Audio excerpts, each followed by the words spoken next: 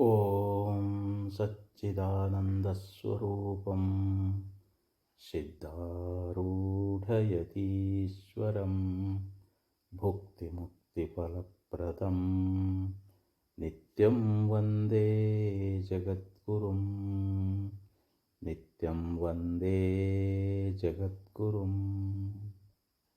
ಅದ್ವೈತ ಸಾರ್ವಭೌಮ ಚಕ್ರವರ್ತಿ ಜಗದ್ಗುರು ಸಿದ್ಧಾರೂಢ ಮಹಾಸ್ವಾಮಿಗಳವರ, ಜಗದ್ಗುರು ಗುರುನಾಥಾರೂಢ ಮಹಾಸ್ವಾಮಿಗಳವರ, ಜಗದ್ಗುರು ಭಾರತೀ ಅಪ್ಪಾಜಿಯವರ ಪವಿತ್ರ ಚರಣಾರವಿಂದಗಳಲ್ಲಿ ಅನಂತ ಕೋಟಿ ಶಿರಸಾಷ್ಟಾಂಗ ಪ್ರಣಾಮವನ್ನು ಸಲ್ಲಿಸುತ್ತೇನೆ. ಶ್ರವಣಾಪಿಗಳ ತಮ್ಮೆಲ್ಲರಿಗೂ ಅನೇಕ ಶರಣಾರ್ಥಿಗಳು. ಶ್ರೀ ಸಿದ್ಧಾರೂಢ ಲೀಲಾಮೃತ 5ನೇ ಅಧ್ಯಾಯ ಸಂಸಾರ ಪರಿತ್ಯಾಗ, ಕ್ರಿಸ್ತಶಕ 1843. ಅಂದು ಒಂದು ದಿನ ಸಿದ್ಧನು ಎಂದಿನಂತೆ ಶುಚಿರ್ಭೂತನಾಗಿ ತಾಯಿ ತಂದೆಗಳನ್ನು ವಂದಿಸಿ ಗುರುಶೋಧನೆಗೆ ಹೊರಟೆಂತನು. ನಿಜ, ಕ್ರಿಯೆ ಒಂದೇ ಗುರುಶೋಧನೆ, ಆದರೆ ಭಾವನೆ ಮಾತ್ರ ಬೇರೆ ಬೇರೆ. ಜಗತ್ತಿಗೆ ಜೀವನದ ಗುರಿ ತಲುಪಲು ಗುರುವಿನ ಮಹತ್ವವನ್ನು ತಿಳಿಸಿಕೊಡುವ ಸಲುವಾಗಿ ಸಿದ್ಧನು ಹೊರಟು ನಿಂತರೆ, ತಾಯಿ ತಂದೆಗಳು ತಮ್ಮ ಮಗನು ನಿಜವಾಗಿಯೂ ಗುರುಶೋಧನೆಗೆ ಹೋಗುವನೆಂದು ಭಾವಿಸಿದರು. ದ್ವಾಪರ ಯುಗದಲ್ಲಿ ವ್ಯಾಸ ಮಹರ್ಷಿಯ ಮಗನಾದ ಶುಕಮುನಿಯು ಉಪನಯನವಾಗುವ ಮೊದಲೇ ಮನೆಯನ್ನು ತೊರೆದು ಹೊರಟಂತೆ ಸಿದ್ಧಮುನಿಯು ಮನೆಯನ್ನು ತೊರೆದು ಹೊರಟು ನಿಂತನು. ತಂದೆಯಾದ ವ್ಯಾಸರು ಮಗನೇ ಮಗನೇ ಎಂದು ಚೀರುತ್ತಾ ಹಿಂಬಾಲಿಸುತ್ತಿದ್ದರೂ, ಸುತ್ತಲಿನ ಗಿಡಮರಗಳು ಅವರ ಮಾತನ್ನು ಪ್ರತಿಧ್ವನಿಸುತ್ತಿದ್ದರೂ ಕಿಂಚಿತ್ತೂ ಅಳುಕದೆ ಶುಕಮುನಿಯು ನಡೆದೇ ಬಿಟ್ಟನು. ಯಂ ಪ್ರವ್ರಜಂತ ಮನುಮಪೇತಮಪೇತ ಕೃತ್ಯಂ ದ್ವೈಪಾಯನೋ ವಿರಹ ಕಾತರ ಆಜುಹಾವ ಪುತ್ರೇತಿ ತನ್ಮಯತೆಯ ತರವೋಭಿನೇದು ತಂ ಸರ್ವಭೂತ ಹೃದಯಂ ಮುನಿಮಾತನೋಸ್ಮಿ. ಭಾಗವತದ ಮಹಾತ್ಮ್ಯದಲ್ಲಿ ಬರತಕ್ಕಂಥ ಈ ಶ್ಲೋಕ. ಯಾವ ಶುಕಮುನಿ ಜ್ಞಾನಿಯು ಉಪನಯನದ ಮೊದಲೇ ಮನೆ ಬಿಟ್ಟು ಹೊರಟಾಗ ತಂದೆಯಾದ ವ್ಯಾಸರು ವ್ಯಾಕುಲರಾಗಿ ಮಗನೇ ಎಂದು ಕರೆಯತೊಡಗಿದಾಗ ವೃಕ್ಷಗಳೇ ಮರು ಉಲಿದವು. ಅಂತಹ ಸರ್ವಭೂತ ಆತ್ಮಸ್ವರೂಪರಾದ ಮುನಿಗೆ, ಸುಖಮುನಿಗಳಿಗೆ ನಮಸ್ಕರಿಸುತ್ತೇನೆ. ಅದರಂತೆ ಮಗನ ಅಗಲುವಿಕೆಯ ನೋವು ಮನದಲ್ಲಿ ತುಂಬಿದ್ದರೂ ಮಗನು ಬದುಕಿಳಿದರೆ ಅಷ್ಟೇ ಸಾಕು ಎಂದು ಚಿಂತಿಸಿ ಗುರುವಾಕ್ಯಕ್ಕೆ ಎದುರಾಡದೆ ಮುದ್ದು ಮಗನನ್ನು ಬೀಳ್ಕೊಡಲು ಅವನೊಬ್ಬನೇ ಸ್ವಲ್ಪ ದೂರದ ತನಕ ಹೊರಟು ನಿಂತರು. ತಾಯಿ ತಂದೆಗಳಾದ ದೇವಮಲ್ಲಮ್ಮ ಮತ್ತು ಗುರುಶಾಂತಪ್ಪನವರು. ಎಲ್ಲರ ಮನೆಯ ಪ್ರೀತಿಯ ಮುದ್ದು ಕಂದನಾದ ಸಿದ್ಧನನ್ನು ಬೀಳ್ಕೊಡಲು ಭಾರವಾದ ಹೃದಯದಿಂದ ಬಂಧು ಬಾಂಧವರು, ನೆರೆಹೊರೆಯವರು ಸಹ ಸುಮಾರು ದೂರದ ತನಕ ಅವನ ಜೊತೆಯಲ್ಲಿಯೇ ಹೊರಟರು.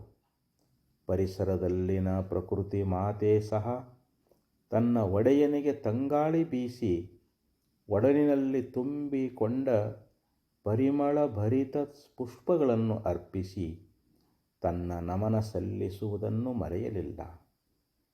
ಸ್ವಲ್ಪ ಸಮಯದ ಬಳಿಕ ಸಿದ್ಧ ಬಾಲಕನು ದೇವರನ್ನು ಸ್ಮರಿಸುತ್ತಾ ಕೊನೆಯ ಬಾರಿಗೆ ತಾಯಿ ತಂದೆಗಳನ್ನು ಮತ್ತೆ ವಂದಿಸಿ ಎಲ್ಲರನ್ನು ಸಮಾಧಾನಪಡಿಸಿ ಅವರನ್ನು ಹಿಂತಿರುಗಿಸಿದನು.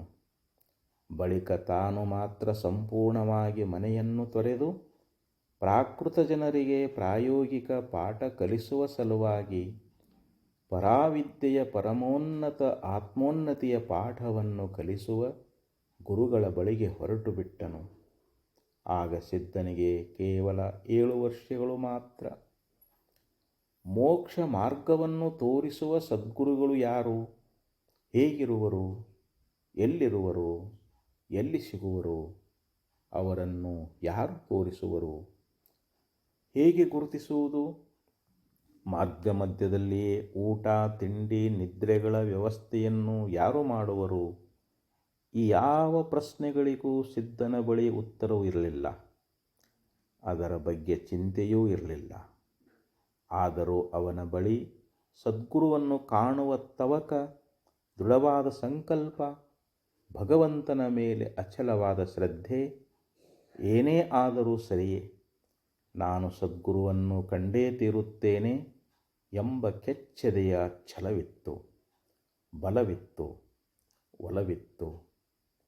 ಧೈರ್ಯಂ ಯಸ್ಯ ಪಿತಾ ಕ್ಷಮಾ ಚ ಜನನಿ ಶಾಂತಿ ಪ್ರಿಯಂ ಶ್ರಿಯಂ ಗೇಹಿನಿ ಸತ್ಯಂ ಸೂನುರಯಂ ದಯಾ ಚ ಭಗಿನಿ ಭ್ರಾತಾ ಮನಸ್ಸಂಯಮಃ ಶಯ್ಯ ಭೂಮಿತಲಂ ದಿಶೋಪಿ ವಸನಂ ಜ್ಞಾನಾಮೃತಂ ಭೋಜನಂ ಹೇತೆ ಯಸ್ಯ ಕುಟುಂಬಿನೋ ವದಸಕೆ ಕಸ್ಮಾತ್ ಭಯಂ ಯೋಗಿನಃ. ಯಾರ ತಂದೆ ತಾಯಿಗಳು ಧೈರ್ಯ ಮತ್ತು ಕ್ಷಮೆಯೋ, ಯಾರ ಹೆಂಡತಿಯೋ ಶಾಂತಿಯೋ, ಯಾರ ಮಗನು ಸತ್ಯವೋ, ಯಾರ ಸೋದರಿಯು ದಯೆಯೋ, ಯಾರ ಮನಸ್ಸಿನ ಸಂಯಮೆಯೇ ಸೋದರನೋ, ಯಾರ ಹಾಸಿಗೆಯ ಭೂಮಿಯೋ ಮತ್ತು ದಿಕ್ಕುಗಳೇ ವಸ್ತ್ರಗಳು, ಯಾರ ಆಹಾರವು ಜ್ಞಾನಾಮೃತವೇ ಆಗಿರುವುದೋ, ಅಂಥ ಕುಟುಂಬವನ್ನು ಹೊಂದಿರುವ ಯೋಗಿಗಳಿಗೆ ಭಯವೇ ತರದು ಗೆಳೆಯ. ಸರಿ, ಹೇಗೋ ಎಲ್ಲರ ಅನುಮತಿ ದೊರೆತಿದೆ. ಮುಂದಿನದು ಮನುಜ ಪ್ರಯತ್ನ ಫಲ ಕೊಡುವುದು ಭಗವಂತನ ಇಚ್ಛೆ ಎಂದು ಚಿಂತಿಸಿ, ಕಿಂಚಿತ್ತೂ ಅಂಜದೆ, ಅಳುಕದೆ, ವಿಶಾಲವಾದ ನೀಲ ಗಗನದ ಅಡಿಯಲ್ಲಿ ಭೂದೇವಿಯ ಮಡಿಲಲ್ಲಿ ಗುರುಶೋಧನೆಗಾಗಿ ಪುಟ್ಟ ಪುಟ್ಟ ಹೆಜ್ಜೆಗಳನ್ನು ಇಡುತ್ತಾ ಪುಟ್ಟ ಸಿದ್ಧ ಬಾಲಕ ನಡೆದೇ ಬಿಟ್ಟ. ಮಾರ್ಗದಲ್ಲಿ ಸಾಗುವಾಗ ಈವರೆಗೂ ತಾನು ಹಾಡುಗಳನ್ನು ಹಾಡಿ, ಕುಣಿದು, ಕುಪ್ಪಳಿಸಿ, ಪದಗಳನ್ನು ಹೇಳುತ್ತಾ ಬೆಂಡು ಬೆತ್ತಾಸುಗಳನ್ನು ತಿಂದುಕೊಂಡು ಹನುಮನಂತೆ ಹಾರಾಡಿ ಜಿಗಿಯುತ್ತಿದ್ದ ತನ್ನ ಪ್ರೀತಿಯ ಹನುಮಂತನ ಗುಡಿಯನ್ನು ಕೊನೆಯ ಬಾರಿಗೆ ಕಂಡು ಕ್ಷಣಕಾಲ ನಿಂತುಕೊಂಡು ಹನುಮಂತಪ್ಪನನ್ನು ದಿಟ್ಟಿಸಿ ನೋಡಿದನು. ಬಳಿಕ ಹನುಮಪ್ಪನನ್ನು ಮನದಲ್ಲಿ ಸ್ಮರಿಸಿಕೊಂಡು, ಅಪ್ಪ, ಹೇ ಶ್ರೀರಾಮದೂತ, ನಿನ್ನ ಅನುಗ್ರಹದ ಹೊರತಾಗಿ ದೇವರ ದರ್ಶನ ದುರ್ಲಭ. ಆದ್ದರಿಂದ ನನ್ನ ಕಾರ್ಯವು ಸುಗಮವಾಗುವಂತೆ ಅನುಗ್ರಹಿಸು ತಂದೆ ಎಂದು ನಮಸ್ಕರಿಸಿ ಮುಂದಡಿ ಇಟ್ಟನು. ಅಷ್ಟರಲ್ಲಿ ಸಿದ್ಧನ ಗೆಳೆಯನಾದ ಸೋಮ ಭೀಮರು ಸಿದ್ಧನನ್ನು ಕಂಡು, ಸಿದ್ಧ, ಈ ಕಡೆ ಹೊರಟಿರುವೆಯಲ್ಲ, ಎಲ್ಲಿಗೆ ಪ್ರಯಾಣ ಎಂದು ಪ್ರಶ್ನಿಸಿದರು. ಅದಕ್ಕೆ ಸಿದ್ಧನು, ಗುರುಶೋಧನೆಗಾಗಿ ಹೊರಟಿರುವೆನಪ್ಪ. ಮತ್ತೆ ನಿಮ್ಮ ಮನೆಯಲ್ಲಿ ಇರುವವರು ಗುರುಗಳಲ್ಲವೇನು? ಆ ಗುರುಗಳೇ ತಿಳಿಸಿದಂತೆ ಅವರಿಗಿಂತಲೂ ಸಮರ್ಥರಾದ ಪ್ರಳಯ ಕಾಲದಲ್ಲಿ ಪ್ರಪಂಚವೇ ನಾಶವಾಗುವಾಗ ನಮ್ಮನ್ನು ಕಾಪಾಡಿ ಉದ್ಧರಿಸುವ ಸದ್ಗುರುವನ್ನು ಹುಡುಕಲು ಹೊರಟಿರುವೆನು. ಸಿದ್ಧ, ಪ್ರಳಯವಾಗಿ ಪ್ರಪಂಚವು ನಾಶವಾಗಬೇಕಾದರೆ ಎಲ್ಲರೂ ವಯಸ್ಸಾಗಿ ಮುದುಕರಾಗಿರುತ್ತಾರೆ. ಆಗ ಗುರುಗಳನ್ನು ಹುಡುಕುವ ಕೆಲಸ ಮಾಡಿದರೆ ಆಯಿತು. ಆ ಕೆಲಸಕ್ಕೆ ಈಗಲೇ ಏನು ಅವಸರ? ಗೆಳೆಯರೇ, ಮುದಿವಯಸ್ಸಿನಲ್ಲಿ ಈ ಕೆಲಸ ಸಾಧ್ಯವಾಗುವುದಿಲ್ಲ. ಮುಪ್ಪಿನಲ್ಲಿ ಕೈಕಾಲುಗಳು ಶಕ್ತಿಹೀನವಾಗಿ ಓಡಾಡಲು ಸಾಧ್ಯವಾಗುವುದಿಲ್ಲ. ಇಂದ್ರಿಯಗಳು ಗಡಿತವಾಗಿ ಕಣ್ಣು ಕಾಣಿಸದು, ಕಿವಿಯು ಕೇಳಿಸದು, ಹಲ್ಲುಗಳು ಉದುರಿ ಹೋಗಿ ಮಾತನಾಡಲು ಸರಿಯಾಗಿ ಬಾರದು. ಇಂಥ ಪರಿಸ್ಥಿತಿಯಲ್ಲಿ ಏನು ತಾನೇ ಮಾಡಲು ಸಾಧ್ಯವಾದೀತು? ಹಾಗಾದರೆ ನಾವು ಸಹ ನಿನ್ನೊಂದಿಗೆ ಗುರುಶೋಧನೆಗಾಗಿ ಬರುತ್ತೇವಪ್ಪ. ನಮ್ಮನ್ನು ಸಹ ನಿನ್ನ ಜೊತೆಯಲ್ಲಿ ಕರೆದುಕೊಂಡು ಹೋಗು ಎಂದು ಗೆಳೆಯರಿಬ್ಬರು ಸಿದ್ಧನಿಗೆ ದುಂಬಾಲು ಬಿದ್ದರು. ಆಗ ಸಿದ್ಧನು, ಗೆಳೆಯರೇ, ಗುರುಶೋಧನೆಯ ಮಾರ್ಗವು ಅಷ್ಟೊಂದು ಸುಲಭವಲ್ಲಪ್ಪ. ಅಚಲವಾದ ಶ್ರದ್ಧೆ, ಕಠಿಣವಾದ ಪರಿಶ್ರಮ, ಸಾಧನೆಯ ಛಲಗಳು ಬೇಕಾಗುತ್ತದೆ. ನೀನು ಜೊತೆಗಿರಲು ನಮಗೇನು ಕಷ್ಟ? ನಾವು ನಿನ್ನನ್ನು ಹಿಂಬಾಲಿಸಿ ಬರುತ್ತೇವೆ. ಸರಿ, ಹಾಗಾದರೆ ನಡೆಯಿರಿ, ಎಲ್ಲರೂ ಕೂಡಿಕೊಂಡು ಹೋಗೋಣ ಎಂದು ಮೂವರು ಗುರುಶೋಧನೆಗಾಗಿ ಮಾರ್ಗವಿಡಿದು ಹೊರಟು ಬಿಟ್ಟರು. ಇಲ್ಲಿಗೆ 5ನೇ ಅಧ್ಯಾಯ ಮುಕ್ತಾಯ. 6ನೇ ಅಧ್ಯಾಯ ಗುರುಶೋಧನಾ ಪಥ. ಕ್ರಿಸ್ತಶಕ 1843ರಿಂದ 1855. ಉತ್ತಿಷ್ಠತ ಜಾಗ್ರತ ಪ್ರಾಪ್ಯವರಾನ್ ನಿಬೋಧತ, ಕ್ಷುರಸ್ಯ ಧಾರಾ ನಿಶಿತಾ ದುರತ್ಯಯ, ದುರ್ಗಂ ಪಥ ತತ್ಕವಯೋ ವದಂತಿ. ಕಠೋಪನಿಷತ್ತಿನಲ್ಲಿ ಯಮಧರ್ಮ ನಚಿಕೇತನನ್ನು ಕುರಿತು ಹೇಳಿದಂತೆ, ಎದ್ದೇಳಿ, ಎಚ್ಚರಿಕೆ, ಶ್ರೇಷ್ಠರ ಬಳಿ ಸಾರಿ ತಿಳಿದುಕೊಳ್ಳಿ. ಚೂಪಾದ ಕತ್ತಿಯ ಅಲಗಿನೋಪಾದಿಯಲ್ಲಿ ದಾಟಲು ಅತ್ಯಂತ ದುಸ್ತರವಾದ ದಾರಿ ಅದು ಎಂದು ಬಲ್ಲವರು ಹೇಳುವರು ಎಂಬುದು ಇದು ಕಠೋಪನಿಷತ್ತಿನ ಶ್ರುತಿವಾಕ್ಯ. ಶ್ರುತಿವಾಕ್ಯದ ಪ್ರಾತ್ಯಕ್ಷಿತೆಗೆ ಶ್ರುತಿಕರ್ತಾರನೇ ಬರಬೇಕಲ್ಲ. ಅದಕ್ಕಾಗಿಯೇ ಅವತಾರವೆತ್ತಿ ಬಂದ ಸಿದ್ಧ ಬಾಲಕನು ಸಂತೋಷದಿಂದ ಗೆಳೆಯರನ್ನು ಕೂಡಿಕೊಂಡು ಗುರುಶೋಧನಾ ಮಾರ್ಗದಲ್ಲಿ ಮುನ್ನಡೆದನು. ಸ್ವಲ್ಪ ದೂರ ನಡೆಯುವಷ್ಟರಲ್ಲಿ ಸೋಮಭೀಮರಿಗೆ ಹಸಿವೆಯಾಗತೊಡಗಿತು. ಅವರು ಸಿದ್ಧನನ್ನು ಕುರಿತು, ಸಿದ್ಧ, ನಮಗೆ ಹಸಿವೆಯಾಗಿದೆ, ಇಲ್ಲಿ ನಮಗೆ ಅನ್ನವನ್ನು ಯಾರು ಕೊಡುವರು ಎಂದು ಪ್ರಶ್ನಿಸಿದರು. ಅದಕ್ಕೆ ಸಿದ್ಧನು, ಗೆಳೆಯರೇ, ಈ ಸೃಷ್ಟಿಯನ್ನು ರಚಿಸಿದ ಭಗವಂತನು ಪಶು ಪಕ್ಷಿ ಕ್ರಿಮಿ ಕೀಟಾದಿ ಸಮಸ್ತ ಜೀವರಾಶಿಗಳಿಗೂ, ಅಷ್ಟೇ ಅಲ್ಲದೆ ಕಲ್ಲಿನಲ್ಲಿ ಅಡಗಿ ಕುಳಿತ ಕಪ್ಪೆ, ಮಣ್ಣಿನಲ್ಲಿ ಅಡಗಿದ ಜೀವಿಗಳಿಗೂ ಅನ್ನವನ್ನು ಒದಗಿಸುವಾಗ ನಮಗೆ ಅನ್ನವನ್ನು ಕೊಡುವುದಿಲ್ಲವೇ? ಮಾತ್ರ ಸ್ಪರ್ಶಾಸ್ತು ಕೌಂತೇಯ, ಶೀತೋಷ್ಣ ಸುಖದುಃಖದಾಹ, ಆಗಮಾಪಾಯಿನೋ ನಿತ್ಯ ಸ್ಥಾಂಸ್ತಿಕ್ಷಸ್ವ ಭಾರತ. ಎಲೈ ಕುಂತಿಪುತ್ರನೇ, ಇಂದ್ರಿಯ ಮತ್ತು ವಿಷಯಗಳ ಸಂಯೋಗದಿಂದ ಶೀತೋಷ್ಣಾದಿಗಳು ಸುಖ ದುಃಖಗಳು ಉಂಟಾಗುತ್ತವೆ. ನಶ್ವರವಾದ ಅವುಗಳು ಬಂದು ಹೋಗುವುದರಿಂದ ಅದನ್ನು ಸಹಿಸಿಕೋ. ಆದ್ದರಿಂದ ಅನ್ನದ ಚಿಂತೆಯನ್ನು ಬಿಟ್ಟು ಭಗವಂತನ ಚಿಂತನೆಯನ್ನು ಮಾಡಿರಿ ಎಂದು ಉತ್ತರಿಸಿದನು. ಅಪ್ಪ ಗೆಳೆಯನೇ, ನಿನ್ನ ಶಾಸ್ತ್ರವನ್ನು ಸಾಕು ಮಾಡು. ಹಸಿವೆಯಿಂದ ನಮ್ಮ ಪ್ರಾಣಗಳು ಹಾರಿ ಹೋಗುತ್ತಿರುವಾಗ ಅನ್ನಗತ ಪ್ರಾಣ ಎಂದು ಪರಾಶರ ಸ್ಮೃತಿಯು ಹೇಳುತ್ತದೆ. ಅನ್ನದಿಂದ ಪ್ರಾಣವು, ಪ್ರಾಣದಿಂದ ಮನೋಶಾಂತಿಯು, ಬಳಿಕ ಧ್ಯಾನಾದಿಗಳು ಉಂಟಾಗುತ್ತವೆ. ಎಲ್ಲದರಲ್ಲಿಯೂ ಇರುವ ಆ ನಿನ್ನ ದೇವರು ಅನ್ನದಲ್ಲಿಯೂ ಇದ್ದಾನೆ.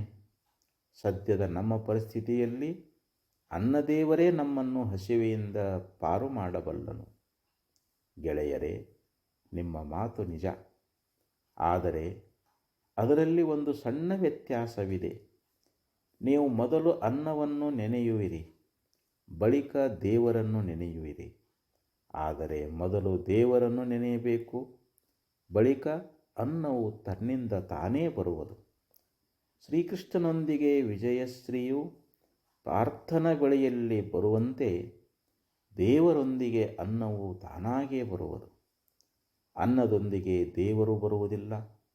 ನಿಮ್ಮ ವಿಚಾರದಲ್ಲಿ ಅನ್ನವು ಮೊದಲು, ನಂತರ ದೇವರು. ಅದರ ಬದಲು ದೇವರನ್ನು ಮೊದಲು, ಅನ್ನವನ್ನು ಆಮೇಲೆ ಚಿಂತಿಸಬೇಕು. ಪಶು ಪಕ್ಷಿ ಕ್ರಿಮಿ ಕೀಟಗಳಿಗೆ ಅನ್ನವನ್ನು ಕೊಡುವ ದೇವರು ನಮಗೂ ಅನ್ನವನ್ನು ಕೊಟ್ಟೇ ಕೊಡುತ್ತಾನೆ. ಪ್ರತಿನಿತ್ಯವೂ ಜೀವನದಲ್ಲಿ ಇದನ್ನು ಕಂಡು ಮನುಷ್ಯನು ಅರಿಯಲಾರ. ನರನು ಎಷ್ಟೇ ಕಷ್ಟಪಟ್ಟರೂ ದೈವಾನುಗ್ರಹದ ಹೊರತು ಏನನ್ನೂ ಪಡೆಯಲಾಗದು. ಆದ್ದರಿಂದಲೇ ಪಡೆಯಲಾಗುವುದನ್ನೇ ಪ್ರಪಂಚವೆಂದು, ಬಿಡಲಾಗುವುದನ್ನೇ ಭಗವಂತನೆಂದು ಬಲ್ಲವರು ಹೇಳುತ್ತಾರೆ. ಬಿಡಲಾಗದ ಭಗವಂತನನ್ನು ಭದ್ರವಾಗಿ ಹಿಡಿದುಕೊಂಡರೆ ಎಲ್ಲವೂ ತನ್ನಿಂದ ತಾನೇ ಬಂದು ಬೀಳುತ್ತದೆ. ದೇವರಲ್ಲಿ ದೃಢವಾದ ನಂಬಿಕೆ ಇಡಬೇಕು ಎಂದು ಅವರನ್ನು ಸಮಾಧಾನಪಡಿಸಿದನು. ಸ್ವಲ್ಪ ದೂರ ಮುಂದುವರೆದು ಬಳಿಕ ಎಲ್ಲರೂ ಕೂಡಿಕೊಂಡು ನಳದುರ್ಗಕ್ಕೆ ಹೋಗುವುದೋ ಅಥವಾ ಸದಾಶಿವಪೇಟೆಗೆ ಹೋಗುವುದೋ ಎಂದು ವಿಚಾರ ಮಾಡಲು ಭೀಮನು ಬಳಿ ಇರುವ ಸದಾಶಿವಪೇಟೆಗೆ ಹೋಗೋಣ ಎಂದನು. ನಂತರ ಎಲ್ಲರೂ ಕೂಡಿಕೊಂಡು ಸದಾಶಿವಪೇಟೆಯ ಗ್ರಾಮದೊಳಗೆ ಹೋದರು.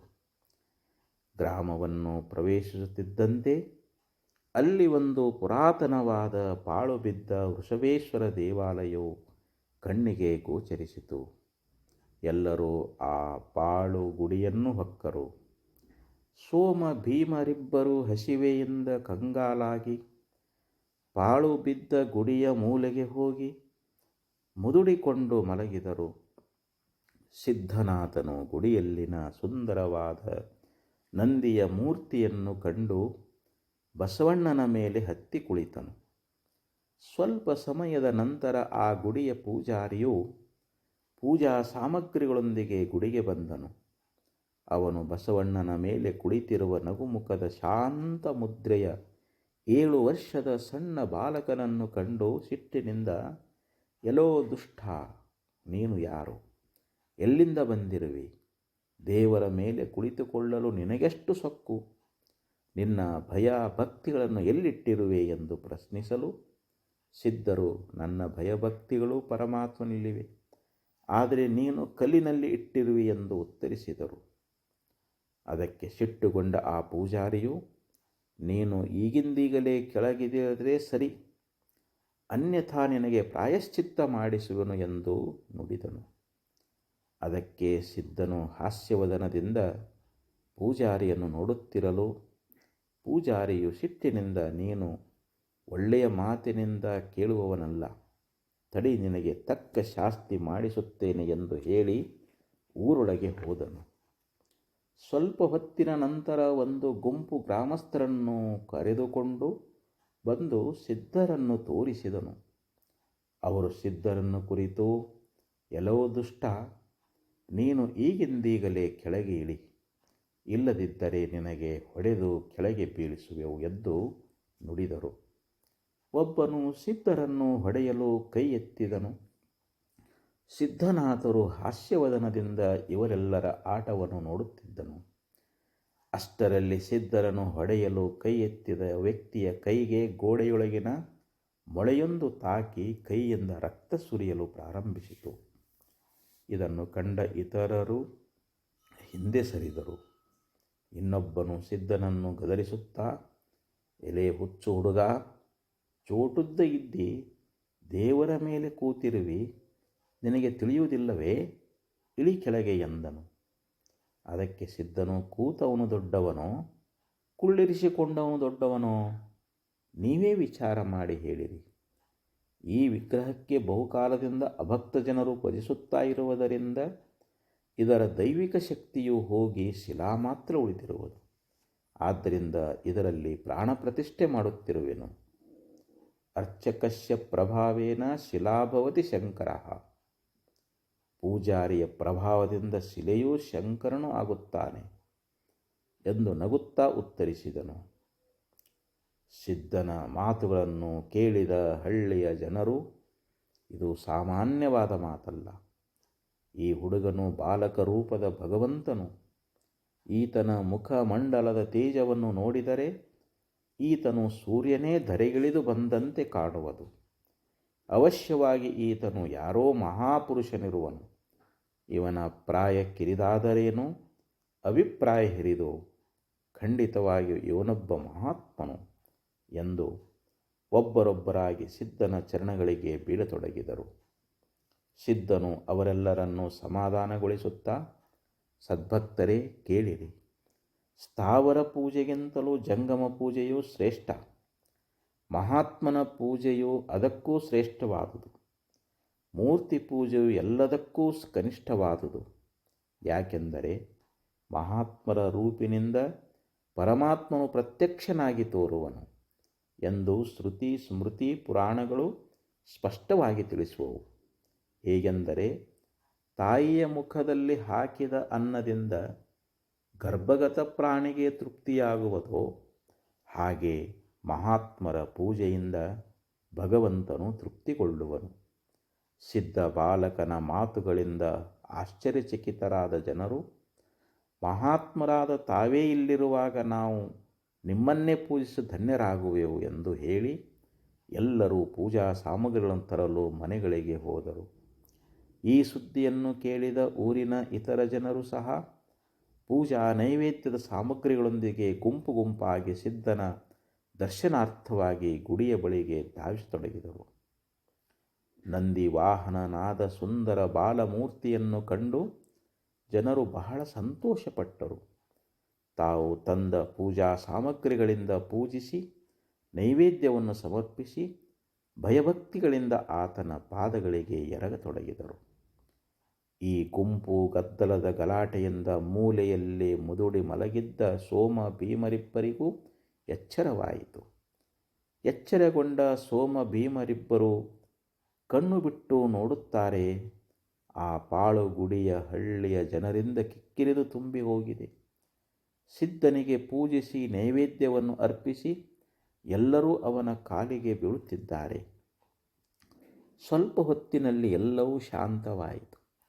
ಕೂಡಲೇ ಸೋಮ ಭೀಮರಿಬ್ಬರು ಓಡಿ ಹೋಗಿ ಸಿದ್ಧನ ಬಳಿಯಿದ್ದ ನೈವೇದ್ಯದ ಪದಾರ್ಥಗಳನ್ನು ಕಸಿದುಕೊಂಡರು. ಆಗ ಸಿದ್ಧನು ಅವರನ್ನು ಕುರಿತು, ನೋಡಿರಿ ಗೆಳೆಯರೇ, ದೇವರು ನಮ್ಮ ದಿಸೆಯಿಂದ ಅನ್ನವನ್ನು ಇಲ್ಲಿಗೆ ಕಳುಹಿಸಿಕೊಟ್ಟನು. ಈಗ ದೇವರ ನಾಮಸ್ಮರಣೆಯನ್ನು ಮಾಡುತ್ತಾ ನಿಮ್ಮ ಹಸಿವನ್ನು ಶಾಂತಪಡಿಸಿಕೊಳ್ಳಿರಿ ಎಂದು ಹೇಳಿದನು. ನಂತರ ಮೂವರು ಕುಳಿತು ಪ್ರಸಾದವನ್ನು ಸೇವಿಸಿ ಸ್ವಲ್ಪ ಕಾಲ ವಿಶ್ರಮಿಸಿಕೊಂಡರು. ಆಮೇಲೆ ಸಿದ್ಧನು ಗೆಳೆಯರನ್ನು ಕುರಿತು, ಈ ಜನರ ಸಂಗತಿಯು ನಮಗೆ ಒಳ್ಳೆಯದಲ್ಲ, ಇಲ್ಲಿಂದ ಆದಷ್ಟು ಬೇಗನೆ ಹೊರಡಬೇಕು ಎಂದು ಹೇಳಿ ಅಲ್ಲಿನ ಜನರ ದೃಷ್ಟಿಯನ್ನು ತಪ್ಪಿಸಿಕೊಂಡು ಮೂವರು ಮುನ್ನಡೆದರು. ಹೀಗೆ ಹಳ್ಳಿಯ ಜನರಿಂದ ತಪ್ಪಿಸಿಕೊಂಡು ಕಾಡು ದಾರಿಯಲ್ಲಿ ಸಾಗುತ್ತಾ ಹೋಗುವಾಗ ಆಕಾಶದಲ್ಲಿ ಮೋಡಗಳು ಸೇರಿಕೊಂಡು ಕತ್ತಲಾವರಿಸಿ ಮಳೆಯು ಸುರಿಯಲು ಪ್ರಾರಂಭಿಸಿತು. ಸಂಜೆಯ ಮಳೆ ನಿಲ್ಲುವ ಸೂಚನೆಯೂ ಕಂಡುಬರಲಿಲ್ಲ. ಕಾಡಿನ ರಸ್ತೆಯಲ್ಲಿ ಆಶ್ರಯ ಪಡೆಯಲು ಯಾವ ಛತ್ರ ಚಾವಡಿಗಳೂ ಇರಲಿಲ್ಲ. ಸಾಲದುದ್ದಕ್ಕೆ ಸೂರ್ಯನು ಪಶ್ಚಿಮದಲ್ಲಿ ಮುಳುಗಿ ಸುತ್ತಲೂ ಕರಗತ್ತಲೆ ಕಪ್ಪು ಕವಿದು ದಾರಿಯೇ ಕಾಣಿಸದಂತಾಯಿತು. ಸೋಮನು ಹೆದರಿಕೆಯಿಂದ ಸಿದ್ಧನನ್ನು ಕುರಿತು, ಗೆಳೆಯನೇ, ನಮ್ಮನ್ನು ಇನ್ನೆಲ್ಲಿ ಕರೆದುಕೊಂಡು ಹೋಗುವಿ? ಈ ಕಾಡಿನ ಕಗ್ಗತ್ತಲೆಯಲ್ಲಿ ಧಾರಾಕಾರವಾಗಿ ಸುರಿಯುತ್ತಿರುವ ಈ ಮಳೆಯಲ್ಲಿ ದಾರಿಯೂ ಸರಿಯಾಗಿ ಕಾಣುವುದಿಲ್ಲ. ನಾವು ಗುರುಶೋಧನೆಯ ಬದಲಿಗೆ ಮೃತ್ಯುಶೋಧನೆಗೆ ಹೊರಟಂತೆ ಕಾಣುತ್ತದೆ ಎಂದು ಸೋಮನು ಹೆದರುತ್ತಾ ನುಡಿದನು.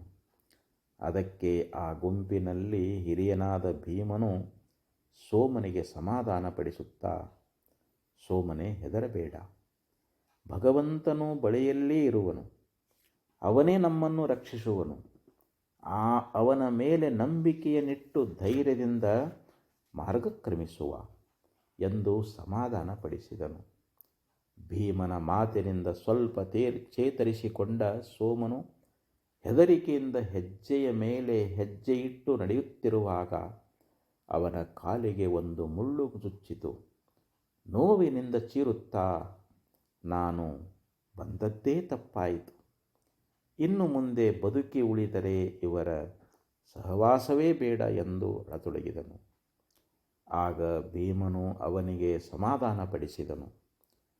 ಸೋಮನು ಹೆದರುತ್ತಾ ಸ್ವಲ್ಪ ದೂರ ನಡೆಯುವಲ್ಲಿ ಸೋಮನ ಕಾಲು ಜಾರಿ ಕೆಸರಲ್ಲಿ ಬಿದ್ದು ಅಲ್ಲಿಯೇ ಕೂತುಬಿಟ್ಟನು. ಆಗ ಸಿದ್ಧನು ಮತ್ತು ಭೀಮನು ಇವಿಬ್ಬರೂ ಸೇರಿ ಅವನನ್ನು ಮೇಲೆತ್ತಿ ಕೈ ಹಿಡಿದು ಕರೆದುಕೊಂಡು ಹೊರಟರು. ದಾರಿಯಲ್ಲಿ ಕಾಡು ಹಂದಿಯ ಗುಂಪೊಂದು ಪಕ್ಕದಿಂದಲೇ ಸಾಗಿ ಹೋಯಿತು. ವನ್ಯ ಮೃಗಗಳ ಭಯಂಕರವಾದ ಗರ್ಜನೆಯು ಬಹಳ ಹತ್ತಿರದಿಂದಲೇ ಕೇಳಿ ಬಂದಿತು. ಈಗ ಭೀಮನ ಸ್ಥೈರ್ಯವು ವಿಚಲಿತವಾಯಿತು. ಭೀಮನು ಸಹ ಭಯಭೀತನಾಗಿ, ಸಿದ್ಧನೇ, ನಮಗೆ ಬಹಳ ಭಯವಾಗುತ್ತದೆ, ಬೇಗನೆ ಗ್ರಾಮವನ್ನು ಸೇರೋಣ, ನನ್ನಿಂದ ಇಂತಹ ದಾರಿಯಲ್ಲಿ ನಡೆಯಲಾಗದು ಎನ್ನಲು ಸಿದ್ಧನು, ಗುರುಶೋಧನಾಪಥವು ಅತಿ ದಾರುಣವಾದದ್ದು, ದೇಹಾಭಿಮಾನವನ್ನು ಹಿಡಿದು ಇಲ್ಲಿ ನಡೆಯಲು ಸಾಧ್ಯವಿಲ್ಲ. ಸದ್ಗುರುವೇ ಹೃದಯದಲ್ಲಿ ಕೂತು ಬಾಹ್ಯದಲ್ಲಿ ಭಯವನ್ನು ತೋರಿಸುವನು ಮತ್ತು ಚೆನ್ನಾಗಿ ಪರೀಕ್ಷಿಸುವನು.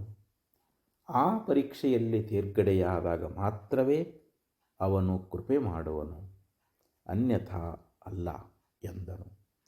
ಸಿದ್ಧನ ಮಾತನ್ನು ಕೇಳಿದ ಗೆಳೆಯರಿಬ್ಬರೂ ಹೆದರುತ್ತಾ, ಸಿದ್ಧನೇ, ನಿನ್ನ ಮಾತಿನಂತೆ ಅನುಸರಿಸಲು ನಮಗೆ ಪ್ರೀತಿ ಇದೆ, ಆದರೆ ನಿನ್ನಂತಹ ಸಾಧನಾ ಶಕ್ತಿ ಸಾಮರ್ಥ್ಯಗಳು ನಮ್ಮಲ್ಲಿಲ್ಲ.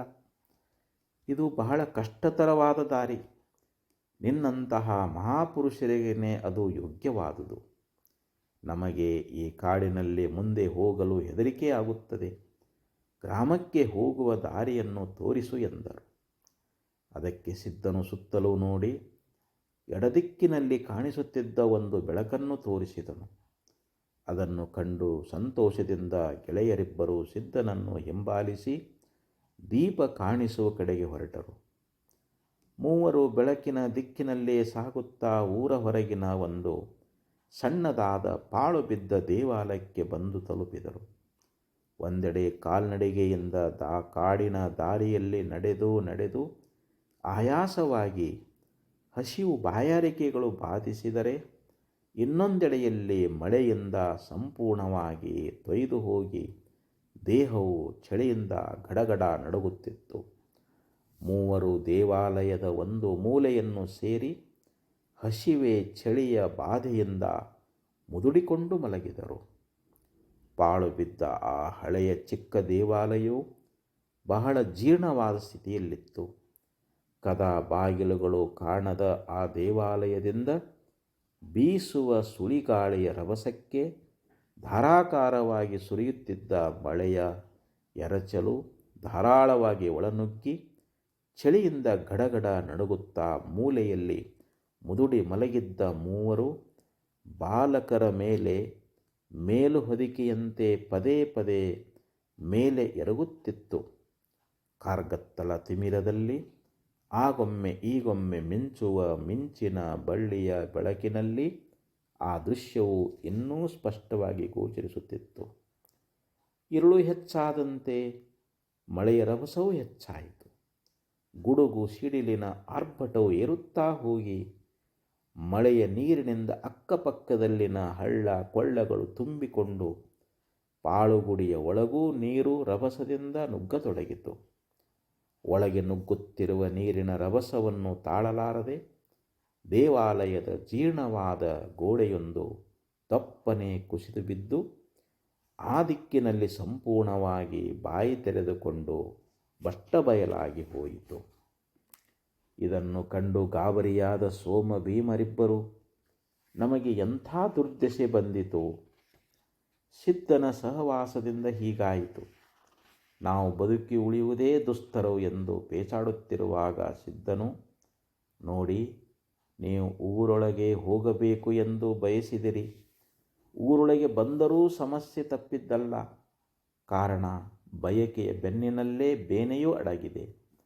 ಮನಸ್ಸು ಇಚ್ಛಿತ ವಸ್ತುವು ಸಿಕ್ಕಿದ ಕೂಡಲೇ ಅದನ್ನು ಬಿಟ್ಟು ಬೇರೊಂದು ಬಯಸುತ್ತದೆ. ಆದ್ದರಿಂದ ಜಾಣನಾದವನು ಬಯಕೆಯನ್ನೇ ನಿಗ್ರಹಿಸಬೇಕು. ಸಂಕಲ್ಪ ಪ್ರಭವಾನ್ ಕಾಮಾಂ ತ್ಯಕ್ತ್ವಾ ಸರ್ವಾನಶೇಷತಃ ಮನಸೈವೇಂದ್ರಿಯಗ್ರಾಮಂ ವಿನಿಯಮ್ಯ ಸಮಂತತಃ ಶನೈಶ್ಶನೈರು ಪರಮೇತ್ ಬುದ್ಧ್ಯಾಧೃತಿ ಗೃಹೀತಯ ಆತ್ಮಸಂಸ್ಥಂ ಮನಃಕೃತ್ವಾ ನ ಕಿಂಚಿದಪಿ ಚಿಂತೆಯೇತ್. ಸಂಕಲ್ಪದಿಂದ ಹುಟ್ಟಿದ ಸಮಸ್ತ ಕಾಮನೆಗಳನ್ನು ತೊರೆದು ವಿಷಯಗಳಲ್ಲಿ ಪ್ರವರ್ತಿಸುವ ಇಂದ್ರಿಯಗಳನ್ನು ಮನಸ್ಸಿನಿಂದ ನಿಧಾನವಾಗಿ ತಡೆದು ಸೆಳೆಯುತ್ತಾ ನಿಧಾನವಾಗಿ ಬುದ್ಧಿಯಿಂದ ಗಟ್ಟಿಯಾಗಿ ಧರಿಸಿ ಬೇರಾವುದನ್ನು ಚಿಂತಿಸದೆ ಆತ್ಮನಲ್ಲಿಯೇ ಸ್ಥಿರಗೊಳಿಸಬೇಕು ಎಂದು ನುಡಿದನು. ಸ್ವಲ್ಪ ಸಮಯದ ನಂತರ ಮಳೆಯ ರಭಸವು ಕಡಿಮೆಯಾಗಿ ಕ್ರಮೇಣ ಶಾಂತವಾಯಿತು. ಸೋಮ ಭೀಮರಿಬ್ಬರು ಹೇಗೂ ಮಳೆಯ ಕಡಿಮೆಯಾಗಿದೆ. ಸಿದ್ಧನು ಮಲಗಿರುವಾಗಲೇ ಭಿಕ್ಷೆಗಾಗಿ ಊರೊಳಗೆ ಹೋಗೋಣ ಎಂದು ಚಿಂತಿಸಿ ಇಬ್ಬರು ಗ್ರಾಮದೊಳಗೆ ಹೋದರು. ಗ್ರಾಮದಲ್ಲಿ ಸುತ್ತಾಡುತ್ತಾ ಭಿಕ್ಷೆ ಬೇಡಲೆಂದು ಒಂದು ಮನೆಯ ಮುಂದೆ ನಿಂತರು. ಇವರನ್ನು ಕಂಡ ತಕ್ಷಣ ಆ ಮನೆಯ ಮಾಲೀಕನು, ಇವರು ಕಳ್ಳರಿರುವರು. ಮೊನ್ನೆ ನಮ್ಮ ಎಮ್ಮೆಯನ್ನು ಇವರೇ ಕದ್ದು ಈಗ ಪುನಃ ಕನ್ನ ಹಾಕುವ ಸಲುವಾಗಿ ಭಿಕ್ಷೆ ಬೇಡುವ ನೆಪದಿಂದ ಬಂದಿರುವರು ಎಂದು ಕೂಗಾಡಿದನು. ಅದಕ್ಕೆ ಆ ಬಾಲಕರಿಬ್ಬರು, ಸ್ವಾಮಿ, ನಾವು ಕಳ್ಳರಲ್ಲ, ಈಗಲೇ ಈ ಗ್ರಾಮಕ್ಕೆ ಬಂದೆವು, ನಮಗೆ ಹಸಿವಾಯಿತು ಎಂದು ಭಿಕ್ಷೆ ಬಿಡಲಿಕ್ಕೆ ಬಂದಿದ್ದೇವೆ, ನಮ್ಮ ಮೇಲೆ ಕೃಪೆ ಮಾಡಿ ಭಿಕ್ಷೆ ನೀಡಿ ಎಂದು ಹೇಳಲು ಆ ಮನೆಯ ಒಡೆಯನು, ತಡೆಯಿರಿ, ನಿಮಗೆ ಈಗಲೇ ಸರಿಯಾದ ಕಪಾಳ ಭಿಕ್ಷೆ ನೀಡುವೆನು ಎಂದು ಇವರನ್ನು ಹೊಡೆಯಲು ಮುಂದುವರಿದನು. ಗಾಬರಿಗೊಂಡ ಹುಡುಗರು ಓಡಲು ಪ್ರಾರಂಭಿಸಿದರು. ಆಗ ರಾತ್ರಿಯ ವೇಳೆ ಗಸ್ತು ತಿರುಗುತ್ತಿದ್ದ ಸಿಪಾಯರು ಇವರನ್ನು ತಡೆದು ನಿಲ್ಲಿಸಿ, ನೀವು ಯಾರು? ಈ ಊರಿಗೆ ಹೊಸಬರಂತೆ ಕಾಣುವಿರಿ. ರಾತ್ರಿಯ ವೇಳೆಯಲ್ಲಿ ಈ ರೀತಿಯಾಗಿ ಸುತ್ತಾಡುವುದು ತಪ್ಪು. ಆ ಪಾಳುಗುಡಿಗೆ ಹೋಗಿ ರಾತ್ರಿ ಕಳೆದು ನಾಳೆ ಬೆಳಗಿನ ಜಾವದಲ್ಲಿ ಊರು ಬಿಟ್ಟು ಹೋಗಿರಿ ಎಂದು ಅವರನ್ನು ಪುನಃ ಆ ಹಾಳುಗುಡಿಗೆ ಹಿಂತಿರುಗಿಸಿದನು. ಇತ್ತ ಪಾಳುಗುಡಿಯಲ್ಲಿ ಸಿದ್ಧನಾಥನು ಬಿಸಿ ಬಿಸಿಯಾದ ಅನ್ನದ ಪಾತ್ರೆಯನ್ನು ಮುಂದಿಟ್ಟುಕೊಂಡು ಗೆಳೆಯರಿಗಾಗಿ ಕಾಯುತ್ತಾ ಕುಳಿತಿದ್ದನು. ಇವರನ್ನು ಕಂಡ ಕೂಡಲೇ ಸಿದ್ಧನು, ಗೆಳೆಯರೇ, ನೀವು ಭಗವಂತನ ಮೇಲೆ ಭಾರ ಹಾಕದೆ ಭಿಕ್ಷೆಗಾಗಿ ಊರೊಳಗೆ ಹೋದಿರಿ. ನಾನಾದರೂ ಶಿವಧ್ಯಾನವನ್ನು ಮಾಡುತ್ತಾ ಇಲ್ಲಿಯೇ ಕುಳಿತಿರುವಾಗ ಅರ್ಚಕನು ಬಂದು ಪೂಜೆ ಮಾಡಿ ದೇವರ ಪ್ರಸಾದವಾದ ನೈವೇದ್ಯವನ್ನು ನನ್ನ ಮುಂದೆ ಇಟ್ಟು ಹೊರಟು ಹೋದನು. ಆದರೆ ನೀವು ಬಹಳ ಹಸಿದಿದ್ದೀರಿ, ಊರಿನಲ್ಲಿ ಭಿಕ್ಷೆ ಸಿಗದೆ ಹಿಂತಿರುಗುವಿರಿ ಎಂದು ತಿಳಿದು ನಿಮಗಾಗಿ ಕಾಯುತ್ತಿದ್ದೇನೆ ಎಂದು ನುಡಿದನು. ಆಗ ಅವರಿಬ್ಬರು ಪಶ್ಚಾತ್ತಾಪ ಪಡುತ್ತಾ, ತ್ರಾಹಿ ತ್ರಾಹಿ ಸಿದ್ಧನಾಥ, ದೇವರನ್ನು ಮರೆತ ನಮ್ಮ ಬಾಳು ವ್ಯರ್ಥ ಎಂದು ಹೇಳಿ ದೇವರಿಗೆ ಕೈ ಮುಗಿದರು. ನಂತರ ಮೂವರು ಕುಳಿತು ಆನಂದದಿಂದ ಊಟ ಮಾಡಿ ಅಲ್ಲಿಯೇ ರಾತ್ರಿಯನ್ನು ಕಳೆದರು. ಮಾರನೇ ದಿನ ಸೋಮ ಭೀಮರಿಬ್ಬರು ಸಿದ್ಧರನ್ನು ಕುರಿತು, ಅಪ್ಪ ಸಿದ್ಧನಾಥನೇ, ನಾವು ಪಾಮರರು, ನಮ್ಮ ಮನಸ್ಸು ನಿನ್ನಷ್ಟು ಗಟ್ಟಿಯಲ್ಲ. ಈ ದಾರಿ ಏನಿದ್ದರೂ ನಿನ್ನಂಥ ಮಹಾತ್ಮರಿಗೆ ಸರಿ.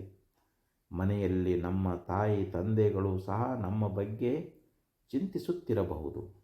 ಆದ್ದರಿಂದ ದಯವಿಟ್ಟು ನಮ್ಮನ್ನು ಹರಸಿ ಕಳಿಸು ಎಂದು ಬೇಡಿಕೊಂಡರು. ಅದಕ್ಕೆ ಸಿದ್ಧನಾಥರು, ಹಾಗೇ ಆಗಲಿ ಗೆಳೆಯರೇ, ಈ ಮಾರ್ಗವು ಅತ್ಯಂತ ದುಸ್ತರವಾದುದು, ಇದು ದೃಢತೆಯಿಲ್ಲದ ಸಾಧಿಸಲಾಗದು. ಆದ್ದರಿಂದ ನೀವು ಮನೆಗೆ ಹೋಗಿ ಸಂಸಾರಸ್ಥರಾಗಿ ಜತೆಗೆ ಭಗವಂತನನ್ನು ಪ್ರೇಮದಿಂದ ಭಜಿಸುತ್ತಾ ಮುಂದುವರಿಯಿರಿ. ನಿಮ್ಮ ಇಚ್ಛೆಯು ಪೂರ್ಣವಾಗಲಿ ಎಂದು ಹರಸಿ ಗೆಳೆಯರನ್ನು ಆತ್ಮೀಯವಾಗಿ ಅಪ್ಪಿಕೊಂಡು ಬೀಳ್ಕೊಟ್ಟನು. ಸೋಮ ಭೀಮರಿಬ್ಬರೂ ಸಹ ಸಿದ್ಧನಾಥನಿಗೆ ನಮಸ್ಕರಿಸಿ ಗೆಳೆಯನನ್ನು ಬಿಡಲೂ ಆಗದೆ ಜತೆಯಲ್ಲಿ ಇರಲೂ ಆಗದೆ ಕಣ್ಣೀರು ಸುರಿಸುತ್ತಾ ಅವನ ಕಾಲಿಗೆ ಬಿದ್ದು ಅನುಮತಿಯನ್ನು ಪಡೆದುಕೊಂಡು ತಮ್ಮೂರಿಗೆ ಹಿಂದಿರುಗಿದರು. ಜಗತ್ತಿಗೆ ಗುರುವಾದ ಸಿದ್ಧಗುರು ಆಚಾರ್ಯವಾನ್ ಪುರುಷೋ ವೇದ. ಗುರುವನ್ನು ಪಡೆದವನೇ ಆತ್ಮಜ್ಞಾನವನ್ನು ಪಡೆಯಬಲ್ಲ ಎಂಬ ವೇದವಾಣಿಯನ್ನು ಅನುಸರಿಸಿ ಶ್ರೀರಾಮನು ವಸಿಷ್ಠರನ್ನು, ಶ್ರೀಕೃಷ್ಣನು ಸಾಂದೀಪನಿಯನ್ನು ಶಿಷ್ಟಾಚಾರಕ್ಕೆ ಗುರು ಮಾಡಿಕೊಂಡಂತೆ ತಾನೂ ಸಹ ಗುರುವಿನ ಮಹತ್ವವನ್ನು ಪ್ರಾಪಂಚಿಕ ಜನರಲ್ಲಿ ಪಾರಮಾರ್ಥ ಸಾಧಕರಿಗೆ ಸಾದರಪಡಿಸಲು ಅಲ್ಲದೆ ಧ್ಯಾನಮೂಲಂ ಗುರೋರ್ಮೂರ್ತಿ, ಪೂಜಾಮೂಲಂ ಗುರೋರ್ಪಾದಃ, ಮಂತ್ರಮೂಲಂ ಗುರೋರ್ವಾಕ್ಯಂ, ಮೋಕ್ಷಮೂಲಂ ಗುರುಕೃಪಾ. ಧ್ಯಾನಕ್ಕೆ ಮೊದಲು ಶ್ರೀ ಗುರುವಿನ ಮೂರ್ತಿಯು, ಪೂಜೆಗೆ ಮೊಟ್ಟ ಮೊದಲನೆಯದು ಗುರುವಿನ ಪಾದಗಳು, ಗುರುವಿನ ಮಾತುಗಳೇ ಮಂತ್ರಗಳಿಗೆ ಮೊದಲು, ಮೋಕ್ಷಾಪೇಕ್ಷೆಯು ಗುರುಕೃಪೆಯನ್ನೇ ಮೊದಲು ಪಡೆಯಬೇಕು ಎಂಬ ವಾಕ್ಯಾರ್ಥದ ಸಿದ್ಧಾರ್ಥವನ್ನು ಸಿದ್ಧಪಡಿಸಲು ಸ್ವಯಂ ಸಿದ್ಧನು ಗೆಳೆಯರನ್ನು ಬೀಳ್ಕೊಟ್ಟು ಅಲ್ಲಿಂದ ಮುಂದಕ್ಕೆ ಏಕಾಂಗಿಯಾಗಿ ಸದ್ಗುರುಗಳನ್ನು ಶೋಧಿಸುತ್ತಾ ಮುನ್ನಡೆದನು. ಬಳಿಕ ಸಿದ್ಧನು ಸಂಚರಿಸುತ್ತಾ ಕಂಡ ಮಹಾತ್ಮರನ್ನು, ಸಾಧು ಸತ್ಪುರುಷರನ್ನು ವಿಚಾರಿಸುತ್ತಾ ಸದ್ಗುರುವನ್ನು ಹುಡುಕುತ್ತಾ ಹೈದರಾಬಾದಿನ ಗೋವಳಕೊಂಡ ಕ್ಷೇತ್ರಕ್ಕೆ ಬಂದು ತಲುಪಿದನು. ಅಲ್ಲಿ ಸಂಚರಿಸುತ್ತಿರುವಾಗ ತಿರುಮಲಂಕನ ಭವ್ಯವಾದ ಗುಹೆಯ ಕಣ್ಣಿಗೆ ಬಿದ್ದಿತು. ಕೂಡಲೇ ಅದರೊಳಗೆ ಹೋಗಿ ಧ್ಯಾನಸ್ಥನಾಗಿ ಕೂತುಬಿಟ್ಟನು. ಅದೆಷ್ಟು ದಿನಗಳು ಅಲ್ಲಿ ಕಳೆದವು ಎಂಬುದು ಅವನಿಗೆ ತಿಳಿಯಲೇ ಇಲ್ಲ. ಒಮ್ಮೆ ಧ್ಯಾನಸ್ಥನಾಗಿರುವಾಗ ಸದ್ಗುರು ದಕ್ಷಿಣ ದೇಶದಲ್ಲಿ ದಕ್ಷಿಣಾಮೂರ್ತಿ ಸಾಂಪ್ರದಾಯಕನಾಗಿರುವನು ಎಂಬ ಅರಿವಾಯಿತು. ಕೂಡಲೇ ಆ ಸ್ಥಾನವನ್ನು ಬಿಟ್ಟು ಶ್ರೀಶೈಲಕ್ಕೆ ಹೊರಟು ಬಿಟ್ಟನು. ಅಲ್ಲಿ ಸೂರ್ಯ ಸಿಂಹಾಸನಸ್ಥ ಮಠಾಧೀಶರಾದ ಸ್ವಾಮಿಗಳಿಗೆ ವಂದಿಸಿ ಜ್ಞಾನ ಮತ್ತು ಚಿತ್ತಶುದ್ಧಿಯ ಬಗ್ಗೆ ವಿಚಾರ ಮಾಡಿ ನಂತರ ಅವರೊಂದಿಗೆ ಆತ್ಮಜಿಜ್ಞಾಸೆಯನ್ನು ನಡೆಸಿದನು. ಅವನ ಜ್ಞಾನ ಸಂಪತ್ತನ್ನು ಕಂಡ ಗುರುಗಳು, ಈತನು ಹಿಂದಿನ ಜನ್ಮದ ತತ್ವವೇತ್ತನಿರಬೇಕು, ಇಲ್ಲವೇ ದೇವಾಂಶ ಸಂಭೂತನಿರಬೇಕು ಎಂದು ತಿಳಿದು ಸಿದ್ಧನಾಥನನ್ನು ಪೂಜಿಸಿ ಉಪಚರಿಸಿ ಸತ್ಕರಿಸಿ ನಿನ್ನ ಇಷ್ಟಾರ್ಥವು ಬೇಗನೆ ಸಿದ್ಧಿಸಲಿ ಎಂದು ಆಶೀರ್ವದಿಸಿ ಬೀಳ್ಕೊಟ್ಟರು. ಸಿದ್ಧನು ಗುರುಗಳ ಆಶೀರ್ವಾದವನ್ನು ಪಡೆದುಕೊಂಡು ರಾಚೋಟಿ ಸ್ಥಾನಕ್ಕೆ ಹೊರಟನು. ಅಲ್ಲಿ ವೀರಭದ್ರಾದಿ ನವನಂದಿಗಳನ್ನು ಕಂಡು ದಕ್ಷಿಣ ದಿಕ್ಕಿಗೆ ಪ್ರಯಾಣ ಬೆಳೆಸಿದನು.